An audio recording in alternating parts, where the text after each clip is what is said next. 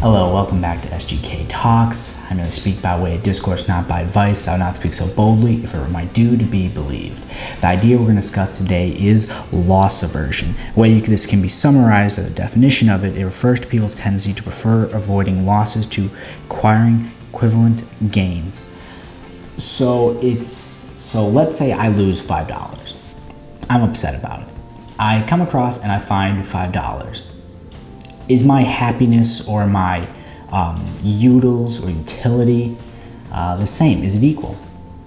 No, they've done studies on this, and losses hurt twice as much as gains. So for me to break even of losing that $5, I'll need to find $10. Loss aversion can also be used in businesses. They can be used, the main way they use it is to impulse buy or decrease the time it takes to make a decision. I mean, we've all seen promos like promotions about to end. There might be a sale on something you're interested in, and you might be like, oh, well, it's about to end. I'm gonna have to get it. I'm gonna have to get it. It's on sale. I'm losing money if I don't buy it right now, or inventory is running out, which is scarcity. It's like, ooh, I don't want this thing to end. And you always see this. You see a lot of, like, Starbucks will bring certain, I don't go to Starbucks. I don't think I've ever had Starbucks. Well, I've had a sip of Starbucks, but I've never bought Starbucks. But they always have promotions, like seasonal things. And it usually does really, really good. Or like Girl Scout cookies. There's like, oh, these are the best cookies I've ever had, but they're only around certain times, which sucks. But those are a lot of times when loss aversion can take in account. It also goes in the idea of prospect theory, created by Daniel Kahneman and Amos Tversky. So the idea of this is basically like, let's say there's a graph, and it's basically a function that kind of goes up and goes like that. And it sort of deals on how we perceive probabilities. So we either see something as it either will happen, it might happen, or it will not happen.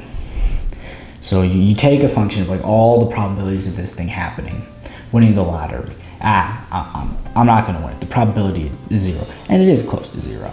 It really is, depending on how many people actually enter the lottery and stuff like that. Depending on what type of lottery. But that's usually how people look at probabilities. It's either not happening, it may happen, or it will happen, and they don't really look at the linear progression of it. There's a few other ways to look, is that gambling. Let's say I'm at a poker table and I put in $100. I end up losing $100. Do I just walk away? No, I want to get that 100 back. I've already lost 100. It's gone. But I feel like I can keep winning. I feel like there's more I can get out of it. So you stay there and you just keep gambling and gambling and gambling, because a loss is a lot harder to walk away from than a gain. Let's say you're trying to get rid of clothes, and there's definitely, we all have stuff we don't wear, but it's like, I got this, I spent money on it. Maybe there's memories or something like that which might change the utility or the value to me, but it's often hard to get rid of stuff. Losses are a lot more painful.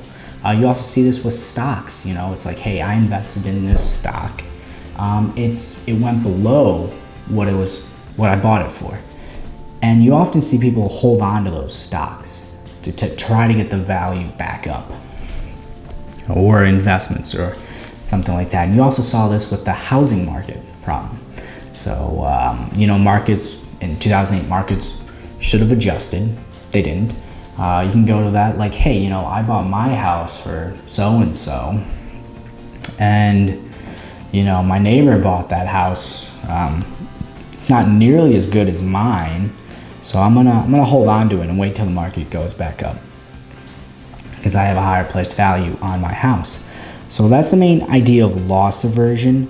I'll just read that over again. So basically, it's just people's tendency to avoid losses. And if you do lose something, it takes twice as much, maybe more, to just go back to neutral. It's very hard to walk away from the gambling table. But yeah, that is loss aversion. Thank you very much.